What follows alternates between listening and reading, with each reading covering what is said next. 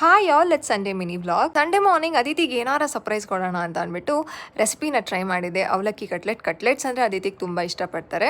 Recipe ಅಂತೂ ಮಸ್ತಾಗಿ ಬಂದಿತ್ತು. ಈ ವಿಡಿಯೋನ ನಾನು ಶೇರ್ ಮಾಡ್ತೀನಿ. ಬ್ರೇಕ್ಫಾಸ್ಟ್ ಆದಮೇಲೆ ಅದಿತಿ ಬೇಗನೆ ನಿದ್ದೆ ಮಾಡಿದ್ರು. ಯಾಕಂತಂದರೆ ಬೆಳಗ್ಗೆನೆ ಚೆನ್ನಾಗಿ ತಿಕ್ಕಿ ಹರಳೆಣ್ಣೆ ಮಸಾಜ್ ಮಾಡಿ ಸ್ನಾನ ಮಾಡಿಸಿದೆ, ಕಡಲೆ ಹಿಟ್ಟಿನ ಪ್ಯಾಕ್ ಹಾಕಿ. ಅದಕ್ಕೋಸ್ಕರನೋ ಏನೋ ಬೇಗ ನಿದ್ದೆ ಮಾಡಿದ್ರು, ಚೆನ್ನಾಗಿ ನಿದ್ದೆ ಮಾಡಿದ್ರು ಮಧ್ಯಾಹ್ನದವರೆಗೂ. ಆ್ಯಂಡ್ ಮಧ್ಯಾಹ್ನ ಒಂದು ಫಂಕ್ಷನ್ ಇತ್ತು, ರೆಡಿಯಾಗಿ ಹೋಗಿದ್ವಿ. ಆ್ಯಂಡ್ ಬಂದಿದ ತಕ್ಷಣ ಅದಿತಿ ಆಟ ಆಡ್ತಿದ್ರು. ನನ್ನ ಕೆಲಸ ಸಂಡೇ ಅಂತಂದರೆ ಅದಿತಿಗೆ ನೆಕ್ಸ್ಟ್ ವೀಕಿಗೆ ಏನೇನು ಬೇಕೋ ಅದನ್ನು ಪ್ರಿಪೇರ್ ಮಾಡ್ಕೊಳ್ಳೋದೇ ನನ್ನ ಕೆಲಸ ಆಗ್ಬಿಡುತ್ತೆ. ಸಂಡೇಸ್ ಅಂದರೆ ಅದಿತಿ ಅಲ್ಲೇ ಆಟ ಆಡ್ತಿರ್ತಾರೆ. ಅವ್ರ ಮೇಲೂ ಒಂದು ಕಣ್ಣಿಟ್ಟು, ಬೆಣ್ಣೆ ಮೇಲೂ ಒಂದು ಕಣ್ಣಿಟ್ಟು.